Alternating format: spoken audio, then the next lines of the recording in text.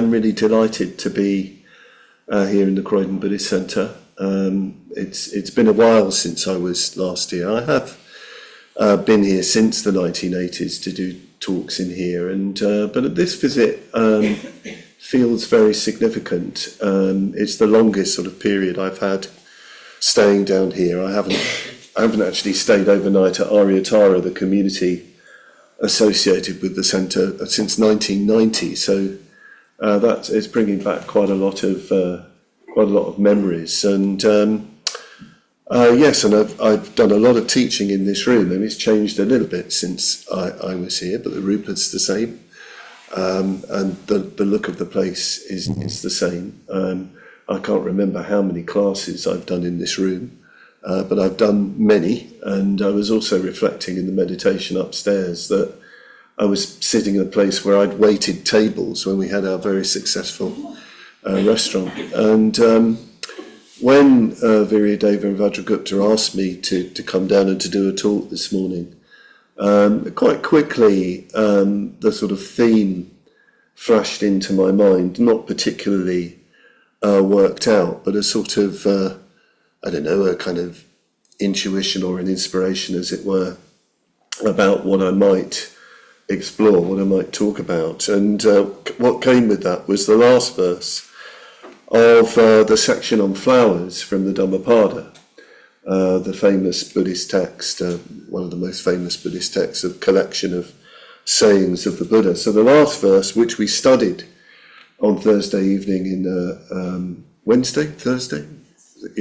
evening in a women's study group in here. The last verse goes, "As pink lotuses, sweet-scented and lovely, spring from a heap of rubbish thrown in the highway, so among those who have become as rubbish, among ignorant, ordinary people, the disciple of the perfectly enlightened one shines forth exceedingly in wisdom." It's one of my favourite verses, I think, in Buddhist texts. And in fact, the whole section on flowers I particularly enjoy, because it talks about flowers and perfume, and the Buddha uses that imagery to make some very strong points about Buddhist practice, about the Dharma. But the reason why this verse came with the intuition of what I might talk about this morning is to do with the fact that this centre is in the middle of Croydon, or perhaps if not the exact middle of Croydon, it's on the high street, isn't it? You know, it's in a gritty, we might say, urban environment, right next to a flyover, you know, next to a multi-storey car park. You know, it's a Buddhist centre right in the heart of a very, you know, a gritty urban environment. I'm not being critical of Croydon. I mean, I lived here for many years or anything like that, but nonetheless, here we are, you know, right in, you know, the heart of things, which is hugely significant. And I suppose it also reminded me of what it was like when we were here, when we got the centre here, and we opened a very successful restaurant here. We were very proud that we were doing Buddhism in the city. It was a source of pride that we were right underneath a flyover, or almost underneath a flyover. It was a source of pride that we were by a grim, brutalist, multi-storey car park where the alarms would go off. It was a sort of pride that we were in a place where late at night sometimes, when we were clearing things up and in the restaurant, you know, the drunks would come past and do unspeakable things through our letterboxes and things like that, and banging on the window and calling us all sorts of unpleasant names which are unrepeatable and you know, in good company. It was a source of pride for us that this was a place of Buddhist practice, you know, that we were here, and we had the little garden there, that people could come in off that street and come into a place that was different, that was an entirely different environment, a different atmosphere, if you like, from everything around. And yes, this verse sort of says it all, as pink lotuses, sweet, scented and lovely, spring from a heap of rubbish thrown in the highway. I lived in India for many years. I've seen pink lotuses, gorgeous, glorious pink lotuses growing out of the most unspeakable black, muddy pools by the highway, by the roadside. And it is an extraordinary sight. I don't know what it is about lotuses, but they seem to lotuses seem to have this delight in flowering in very unpleasant conditions, and they really look transcendent. They sort of vibrate, they sort of sort of buzz almost with their colour and their translucence, and they're strong flowers, strong plants, and there they are hovering above the mud. So you can see why the Buddha uses that as an image for transcendence of, in this case, being in the world but not of it. I mean, then the verse goes on, so among those who have become as rubbish, among ignorant ordinary people, the disciple of the perfectly enlightened one shines forth exceedingly in wisdom.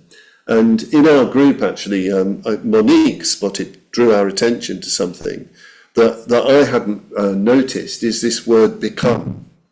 So among those who have become as rubbish. And I thought that was a very good insight, because it's as if, well, the way I read it, it's not that you've fallen away from enlightenment, but perhaps so many people, so many of us, we fall away from what is distinctively human and all the potentiality that goes with that. So many people do that. Human life in Buddhist tradition, and according to the Buddha, is extraordinarily precious. To be born a human being, to have our human life, to have our senses, to have a mind that can reflect, on experience, that isn't just doomed to just react mechanically, instinctively to what's happening, but to have a mind that can sort of reflect that it doesn't have to be like this. I don't have to respond in this way. I can respond differently. To have a mind that, in other words, has a conscience, that has in it a conscience, a sense of living with sympathy and empathy for others, a mind that can even have a sense of wanting, longing even to become something greater. That is regarded as already a very, very precious thing. I mean, so often we're told that we lack, don't we? We lack so much, so we've got to have the latest thing. We've got to have the latest gadget, or we've got to have the new relationship, or even the new body, or whatever it might be, whatever the things that are being presented to us. But Buddhism says, well, in a sense, being a human being, there is no lack. You just have to wake up to what you have already and develop it, build on it, create with it, refashion yourself, if you like, through developing that conscience, developing that spiritual potential. And if we don't, we will become as rubbish. That's what will happen. In a way, the human life, the way the Buddha presents it, is this, we have an opportunity. We can go, if you like, one of two ways. We can either become as rubbish, not really develop ourselves, I know it's quite strong language, or we can get a hold of ourselves and become, like a pink lotus, sweet, scented and lovely, with all that strength rising up from the mud of existence. The Buddha is not suggesting that the disciple of the perfectly enlightened one, who shines forth exceedingly in wisdom, looks down on people or regards themselves as superior in a conceited way.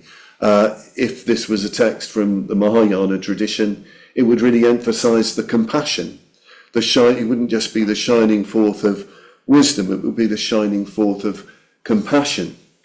The Bodhisattva, who is the great hero and heroine of the Mahayana tradition, is sometimes described as being like a lotus flower.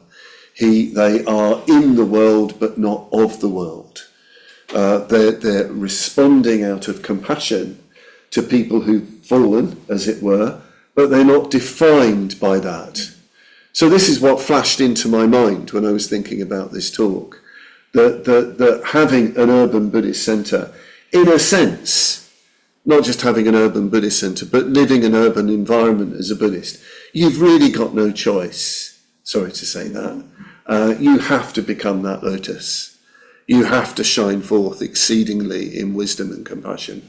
You have to practice more assiduously when you're in the city, with all the responsibilities and demands that go with that. But in a way, it's from a certain point of view, it's better conditions living in this environment than the conditions I'm in. I live in a place of perfect conditions for spiritual practice. I live with Jack at Padmavajra in a men's retreat centre in the countryside. Everything is geared to support our spiritual practice, our meditations, the work we do. It's all for spiritual practice, not just for ourselves, but for the people coming on retreat with us. So we've got perfect conditions. But you know, perfect conditions, if you're not careful, can make you a bit complacent. It can make you be a bit too reliant on them. So living in more demanding conditions, like the city, actually makes you make more effort. The great Japanese Zen master Hakuin had a saying that the lotus born of the fire is 1,000 times superior to the lotus born in water. Very, very graphic image, isn't it, of a lotus growing in the fire. So the point he makes, that taking up Buddhist practice within the demands of, in this case, urban life, well, you know, you're going to create a lotus that is not going to be destroyed. It's not going to go backwards. So yes, you've got no choice but to become this lotus. And of course, the centre has to blaze very, very brightly as well. The individuals coming into the centre need to blaze brightly, so that the centre blazes very brightly and sort of kind of pushes back, you know, the sort of grey, crumbling urban environment all around, even in some way makes it look more beautiful, more attractive. I mean, we did have a whole thing when we were here back in the day. We tried to see the aesthetic quality of the flyover, the aesthetic quality in the multi-storey car park. You know, we really tried to see that in the sort of grit and the rubbish. You know, you have to find that. You have to do that. So how are we going to do it? Well, I'm going to read you something from the Pali texts as a way of talking about how we might practice in this environment. The context is rather different. The context is the Buddha asking a monk a question. A monk who's a forest dweller. A monk who's gone off into the forest to practice meditation. A monk named Vakali. Vakali was a not so well-known disciple of the Buddha, but a very important one, who suffered a lot from sickness, actually, of one kind or another. He was also very, very devoted to the Buddha. In fact, he went forth and became a monk because he fell in love with the Buddha. He saw the Buddha. He was a young man in Shravasti, the city of Shravasti, and one day he saw the Buddha begging, and he thought the Buddha was absolutely gorgeous. You know, the Buddha, you know, very poised, so beautiful. And he thought, I have to be with that man. I have to be with that man. And the only way to do that was to become a monk. That was his motive, to become a monk, so he could kind of hang around the Buddha. So he became a monk, and he was in rainy season retreat with the Buddha, and he's just sort of gazing at the Buddha all the time. It must have been, well, the Buddha never got irritated because he was enlightened, but it must have been a bit strange. Wherever he goes, there's this young man sort of following him, completely starstruck and so on. And at the end of the rainy season of retreat, the Buddha said, "Go off now into retreat. Go off. Go on into the forest, into the jungle. You can't stay with me." And Vakali said, well, there was no question of having a chat about it. You didn't have reportings in the Pali canon. You didn't get to talk about these things. You just had to do what you were told and go and practice. So he had to go off and practice. But there's another story where the Buddha asks him the question in relation to going off into retreat. The Buddha says, "Stricken by sharp stomach pains, you, monk, dwelling in the forest grove, where it is harsh and hard to get food, what will you do?" And Vakali replies, "Flooding the body with abundant rapture and bliss, and enduring what is harsh, I shall dwell in the grove. Developing the bases of mindfulness, the faculties, the powers, and the factors of enlightenment, I shall dwell in the grove. Recollecting those who are resolute, who put forth energy, constantly firm in their effort, who are harmonious and united, I shall dwell in the grove. Recollecting the perfect Buddha, the foremost, the self-tamed, the perfectly composed and concentrated, with untiring effort, both day and night, I shall dwell in the grove." It's a wonderful response, isn't it? Almost like a challenge coming from the Buddha. And sort of Vakali was a devoted type, and the Buddha was, in other stories, was always telling him he had to take responsibility for himself, which he found very difficult. But here, he really responds. So what I want to do is look at Vakali's verses of how you practice in the urban jungle. Okay, he's in you to use that old phrase, he's in the jungle in India, where it's frightening, it's scary, it's hard to get food, it's hard to beg food, he's sick. What are you going to do? And of course, we have our own challenges in our own jungle, as it were. We have our own demands. It can be noisy, and of course we get sick. We're mixing with lots of people, so there's all sorts of sickness around. There are all sorts of different challenges. There's sort of mental sickness as well. There can be lots of anxiety, lots of fear, lots of demands. Maybe at work, maybe at home, there are difficulties. How are we going to practice? Usually we won't have any trouble getting food, hopefully, but maybe we do sometimes. Maybe money is difficult. Maybe it's hard to kind of heat your home. Somebody was saying this morning that after quite a long time their boiler's been fixed where it was really cold. How do you practice in these environments? How do you practice on the crowded buses, the crowded trains and tubes? How do you practice in the city? Sometimes it's quite frightening in the city, perhaps especially at night when car alarms are going off, noisy neighbours. How do you practice? You push back. That's one of the things you have to do. And it's so easy to be intimidated. And there's a tendency, there can be this terrible tendency to contract when things are difficult, to just, you want to do that. I remember when lockdown started, when I managed to get back to Padmavajra, I was in London. I was sort of desperate to get back before I got stranded. And I realised that there was a tremendous feeling of sort of contraction in the world. And I said, okay, right, we're going to have a really, really colourful shrine now, abundant. And we're going to push back. You know, and even we're going to start putting things out online to kind of push back, because the world feels as though it's contracting. So we must push against that tendency to contract when things are difficult. Obviously, if you need to take care of yourself for various reasons, you know, be sensible, but push back when there's intimidation around you. Push back, particularly with your attitude. So amazingly, stricken by sharp stomach pains, you monk dwelling in the forest grove, where it is harsh and hard to get food, what will you do? Vakali says, flooding the body with abundant rapture and bliss, and enduring what is harsh, I shall dwell in the grove.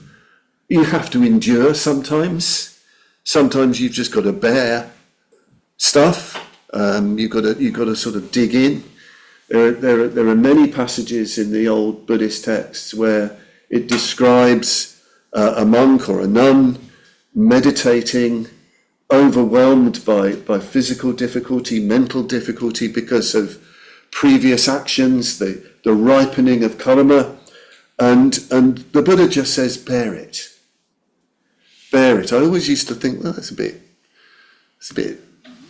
simple, isn't it? It's a bit mean, but actually I've come to realise, no, sometimes that is the practice, to bear, to forbear patiently, to not sort of react to what's happening, and to just with great dignity and self-possession to bear what is going on, to kind of go through it. But Vakali doesn't just do that. He says he's going to flood his body, and he doesn't just mean his physical body, he means his mental body, if you like, his whole psychophysical personality. He's going to flood that with abundant rapture and bliss, priti sukha, abundant rapture, ecstasy even, and happiness. That's what he's going to do. Wow, it's kind of counterintuitive, isn't it? That you know, when it's harsh, that's what you're going to generate.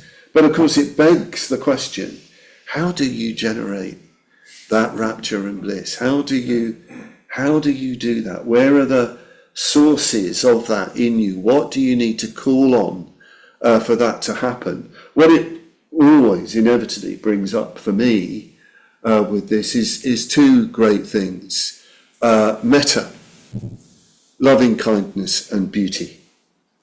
Loving kindness and beauty.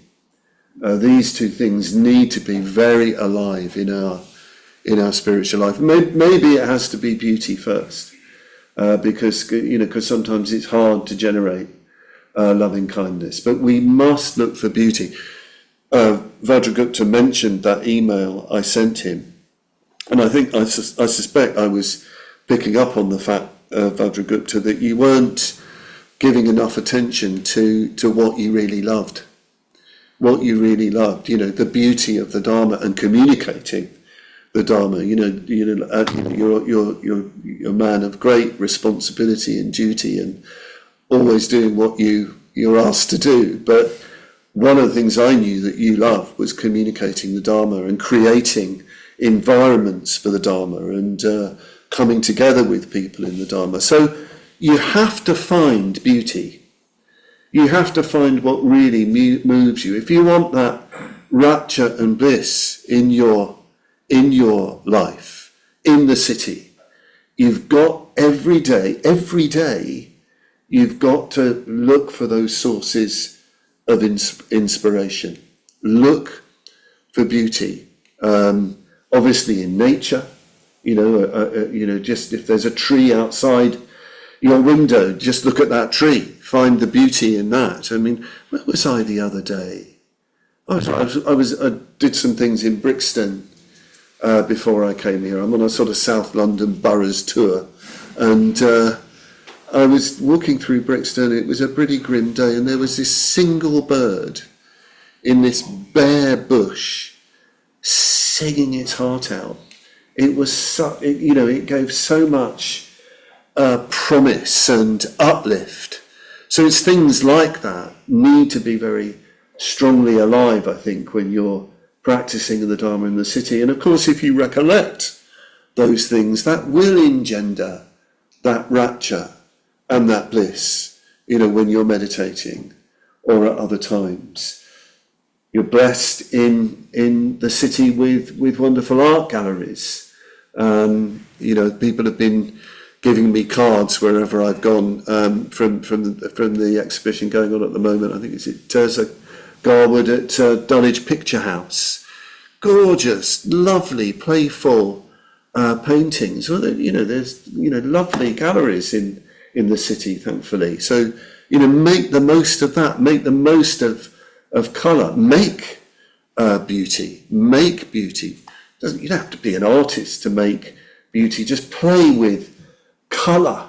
That's so important, I think, in our environment. And find beauty in your spiritual practice. Find the beautiful sources. And it's why in the Buddhist tradition we have all the imagery, why we have the Buddha Rupas, why we have the paintings, why we have the colours, all the colours.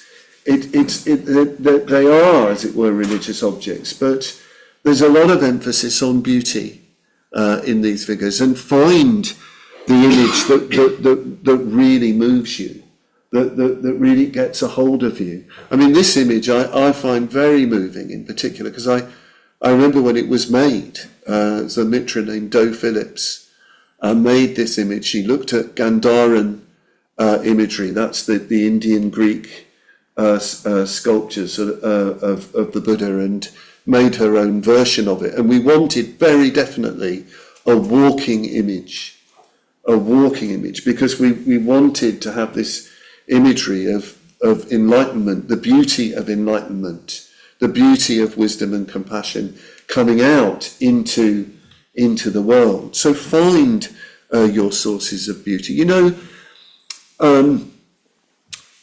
If we haven't got beauty in our spiritual life, in our life, the longing for that won't go away, and it will come out in all sorts of much sort of lower sort of levels. The sort of and there's a whole world now that invites distractedness. It's interesting being on the tubes, and all around you you've got these gadgets, and you've got these very, very colourful games going on, and you can see all these sort of lights going off, and suddenly they press a button, and it's absolutely exploding, and you can see just how addictive that is, and you go very passive.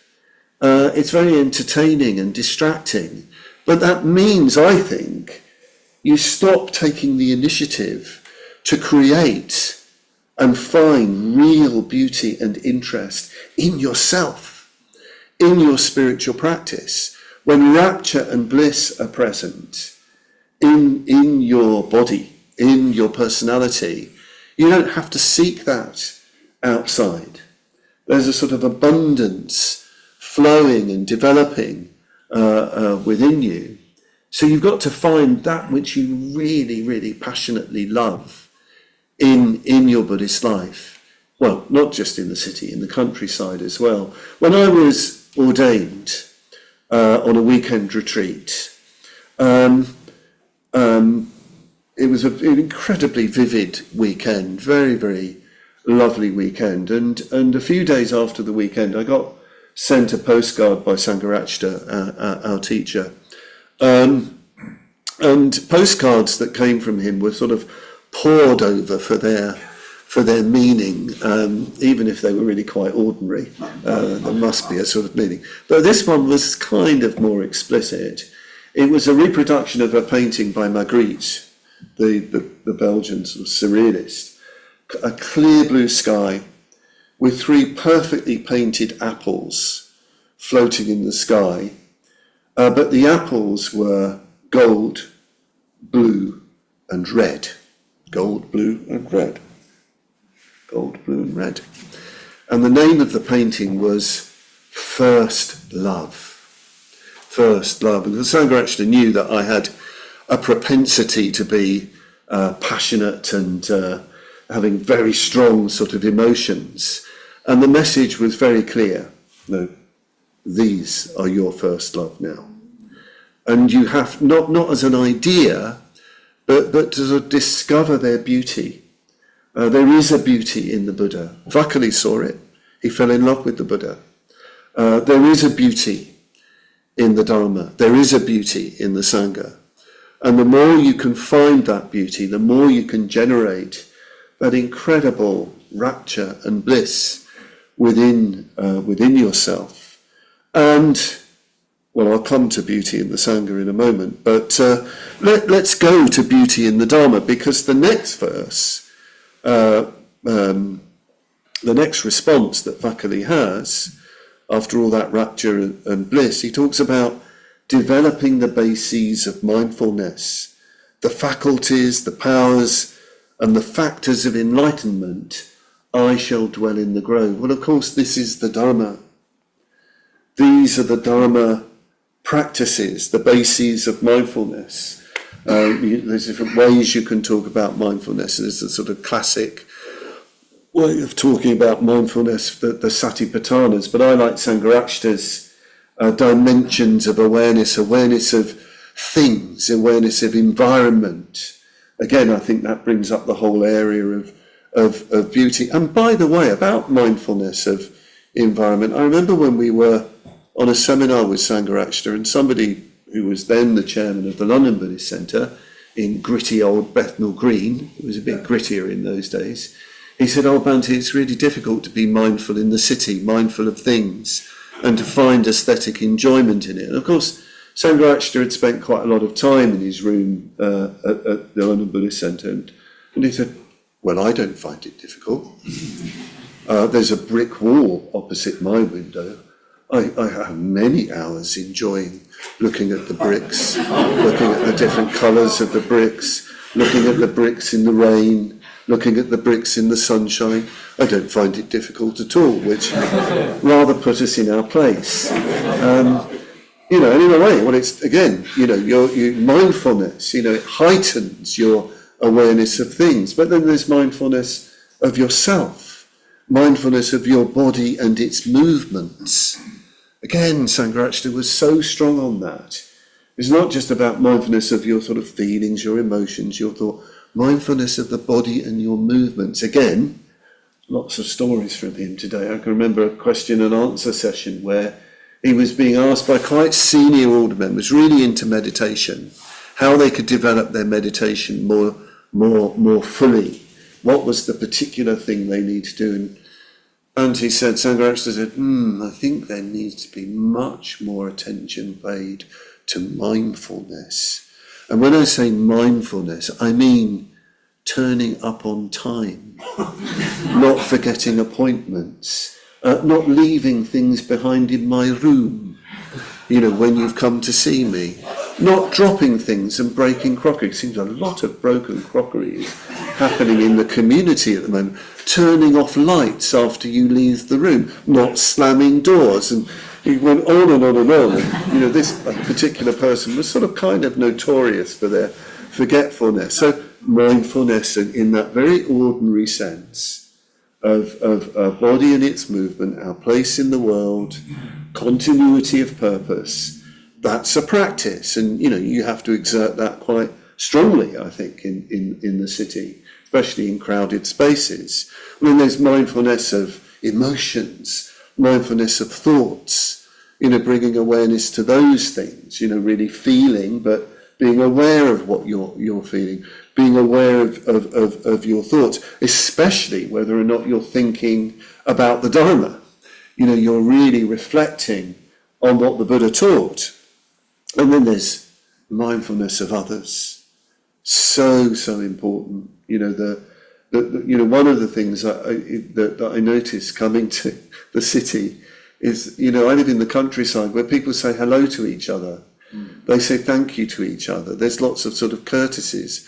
And I feel a bit stupid on the tube because I say, excuse me, and thank you, and all that sort of, and you get these sort of funny looks and things like that. But I'm going to fight that because I think human courtesy and manners are so much a part of the mindful life. And then, of course, there's mindfulness of not just others, it's mindfulness of reality. We'll come to that later. So he's going to develop mindfulness in these different areas. He's going to develop the faculties. So that's the 5 great spiritual faculties: developing faith, developing wisdom. You're developing an emotional response to the Dharma, but you're also going to be developing a wisdom response. You're going to be refining your understanding of what the Buddha teaches. You're going to be developing the faculty of meditation, of going inwards, but you've got to have that balanced with effort and energy, virya, the other faculty, and always needs to be balanced with mindfulness. I mean, I think the 5 spiritual faculties are a really good teaching for anybody, but perhaps particularly if you're practicing in the city, because it's such a rounded teaching. And then he talks about developing the factors of enlightenment, the 7 factors of enlightenment. I won't go through those because time is running on. But the point I want to make here is that it's very important in your practice that you develop an understanding, a clear understanding and grasp of the Buddha's teaching. I mean, it's a number of lists here. It could be other lists. These are the ones important to faculty. But it's really, really important that your mind, your thinking, starts to become salted with the Dharma, with the great teachings, and that you even memorize teachings. You even have them so that you've got, as it were, a little bit of a Dharma book in your mind. It doesn't have to be reams and reams of stuff. It can just be a phrase. It can be one single phrase.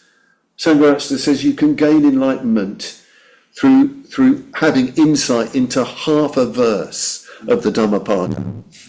If you really go into it. And I think what happens when you have the Dharma in your mind, you start developing, you have a bit of ballast in your mind. The great writer, cultural critic and literary critic, aesthetic critic, George Steiner, on Desert Island Discs of all places, was talking about his education in the old lycée, French lycée system, where you were forced to memorize reams and reams of Latin and Greek and all the sort of, and French and all the kind of classical authors. And he was saying that what he thought that did for him, it made him internalize wisdom. And he thought, well, what that does, it gives you ballast in the storms of life. You're being blown about by so much, but if you've got even just a little bit of wisdom, the Buddha's wisdom, in a phrase, in your consciousness, it gives you something, that you can hold on to when things are really, really up and down. It also gives you something to reflect on, when you're travelling, when you're waiting for the proverbial bus and so on. You've got something that you can turn over in your mind. I mean, my favourite verses are definitely from the Dhammapada, the first 6, which I'm going to study later today with the young people's group. I sometimes say that if I could master the first 6 verses of the Dhammapada, by the end of my life, realise them, I will be happy. I feel as though I would have really done something. But just take this verse. I'll take 2 verses from that that you could internalise and use as a way of orientating yourself in the city, in your practice. Here in this world, hatred never ceases through hatred. It only ceases through love. This is the eternal law. I mean, a very, very powerful statement of wisdom. Here in this world, hatred never ceases through hatred. It only ceases through love. This is an eternal law. I mean, if you internalise that, it's going to change your relationship with other people. And if you investigate it, well, eternal law? What's the eternal law? You can go through it, really break it up, break it down.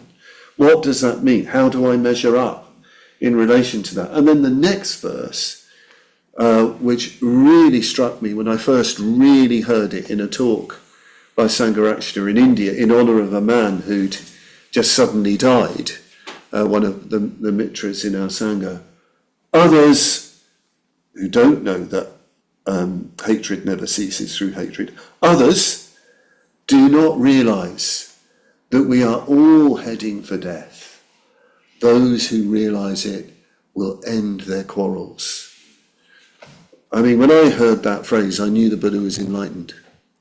The elegance of putting together the realisation of mortality with love, with ending quarrels, with coming into harmony with people, with living a life where you don't get into quarrelling. The elegance of that, the simplicity of it, I knew the Buddha must have been enlightened. It wasn't shunyata, or something incredibly metaphysical. It was that practical truth. So if you internalize things like that, they become a protector. They protect you. The Dharma protects you so that you don't get into terrible difficulties. And yes, they help you. They help you through all these storms and challenges and difficulties. And yes, in the end, they will become a realization. You will be that person. You will be even that enlightened person or somebody well on the way to that. Then the next verse of Vakali, recollecting those who are resolute or those who are committed, who put forth energy, constantly firm in their effort, who are harmonious and united. I shall dwell in the grove, I shall dwell in the jungle. In other words, Vakali, even though he's on his own, he's going to remember his friends. He's going to remember the Sangha. He's going to remember those who are really committed to this life, who are making a lot of effort and who are in harmony with one another, who are an example to the world of harmony, of coming together. This, of course, is so vital when we're living the Dharma life anywhere, but perhaps especially in the city, and not just remembering the Sangha, but actually meeting with them. Like this morning, it's great that so many people are here together to practice the Dharma together, to listen to the Dharma together, and that's great for me because I get to talk to lots of people, which I love doing. But that sense of harmony, and it's not a harmony which just wipes out difference. This is one of the things we have to remember about the Sangha, the spiritual community, the friends who are together practicing the Dharma. It's something which heightens individuality, heightens our particularity, our special quality. So, our particular qualities come together and are drawn out for one another, but not just for one another, for the whole environment all around. I'm sure you get this when people come in. Sometimes they sort of see people kind of milling around, around here, and they think, what are those people up to? They've got something. There was a young woman in Brixton, and I was asking her how she came along, and she said, well, I saw these people out on the street one day, and they weren't even talking to each other. It was a day retreat, and they were having a silent break. It's right on the street in Brixton. And she said, I saw them, and I thought, what are they doing? And they all seemed really happy and really calm, and it sort of drew her in, and nobody was saying anything. And you can be that. You can be the living example for others of the spiritual life, the fourth sight. It happened a lot in my day here. I mean, in the restaurant, when we were waiting tables, I remember a couple of guys. They were partners. They loved they loved good eating, so they were very, very regular, and they then started to come to the centre, and I eventually ended up ordaining them, Gambirananda and Shantivarman, and they said they really liked the food, but they said we like being around you. there was a sort of atmosphere, and we didn't know what it was at first. And then we found out, oh, there's a Buddhist centre down there, they're Buddhist. So maybe we have a bit of that as well, a bit of spiritual nourishment. And, you know, it took a while, but they got involved. And I'm sure you get that. I'm sure you get that. People, when they see people having that very genuine, not artificial, but very genuine connection with one another, genuine affection for one another, based on something real, they want to be involved, because so many people are so lonely. You know, they're so desperate for some real intimacy, you know, real human intimacy and spiritual intimacy. And, well, you can show that. You can reveal that. And when you're alone, away from the Sangha, you can recollect that. You can bring to mind the Sangha. You know, when you're meditating, I mean, the number of times, you know, I've been out somewhere, you know, in India or somewhere like that, and really feeling out on a limb, and I've brought to mind my friends. I've brought to mind them, and with love, and it's given me so much support. I even know of a person who, what brought him into he's an order member now. He told me the thing that really attracted him, this is at the London Buddhist Centre, it was the team who were running the class, but he saw two of the team having an argument, a real argument, and he thought, he liked the way they were arguing. He liked the fact that they were arguing, that they could argue. He thought, oh, this is real. I can be a part of this. I'm not suggesting you go out and have massive arguments on the streets, but you never know. So yes, you need the Sangha, and you need to really make the most of it and come together as much as you can for the benefit not just of yourselves, but for others, you know, here in this place. So it's great to see this building again, but the building is people, isn't it? It's the people that animate it, that make it live, that make it vibrate, that make it shine. And you are those people. You are those people. And then finally, Vakali says, recollecting the perfect Buddha, the foremost, the self-tamed, the perfectly composed and concentrated, with untiring effort both day and night, I shall dwell in the grove, I shall dwell in the jungle. So, of course, he brings to mind, in a way, the figure, in a way that comprises all of those things. I mean, for Vakali, he was so devoted to the Buddha, and very, very moving to hear about his devotion. Even at the end of his life, he desperately wanted to see the Buddha one last time, and the Buddha was really tough. He said, why do you just want to look at this body? Why do you want to look at this old body? He who sees the Dharma sees me. But then he also says, he who sees me sees the Dharma, which is interesting. The Buddha didn't have to add that last bit, but he did. And as if to say, yes, you can see me, but you've got to see the Dharma through me. But really the Buddha comprises everything, because he is the Sangha, he is the Dharma.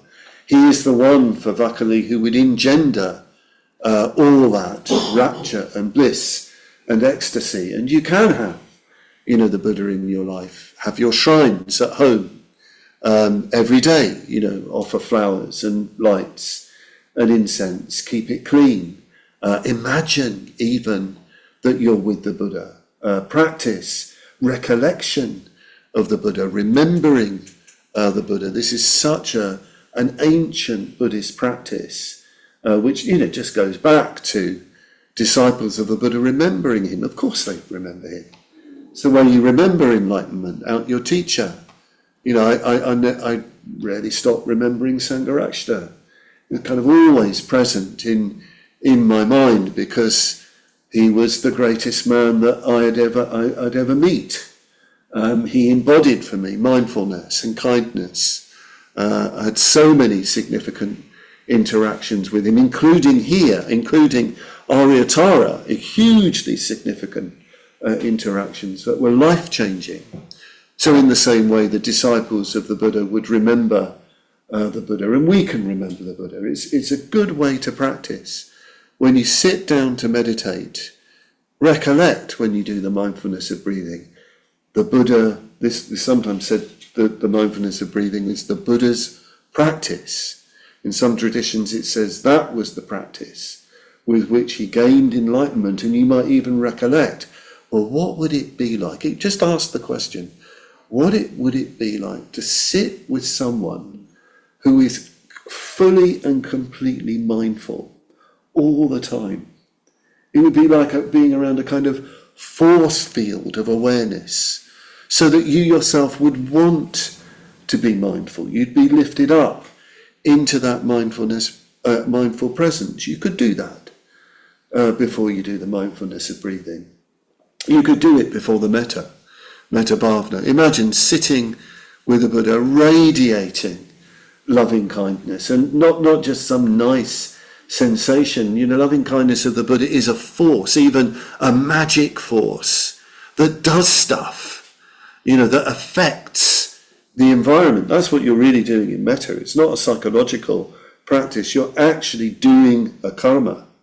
You're doing an action which you're wielding in your life, throughout your day. Well, you can invoke, if you like, the presence of the Buddha before you do the Padmavajra. So you're develop what Vimalakirti calls the Buddha's love, which awakens living beings.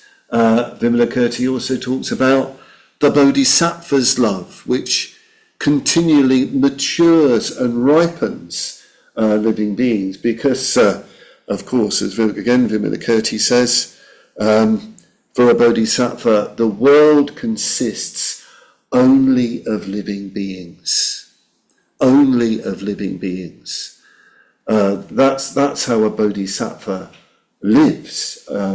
He lives in a world of living beings, not of these slightly awkward kind of people in a world of objects. No, living beings, as the bodhisattva is a living being, and the bodhisattva devotes themselves to the creation of the Buddha land, the Buddha field, a world where everything is conducive to the attainment of enlightenment. So this is what you have to do. Sorry, I've come with that message. This is what you have to do here, in the city, next to the flyover, beneath the flyover, next to the multi-storey car park, next to kind of, rusty fire staircases. This is where we have to practice, right in the heart of things, with vakali, flooding the body with abundance of rapture and bliss, and so on. So that's it. I hope you found it helpful, this talk, practicing the Dharma in the city. Thanks very much for listening. It's been great, being here with you this morning, and yes, have a good day.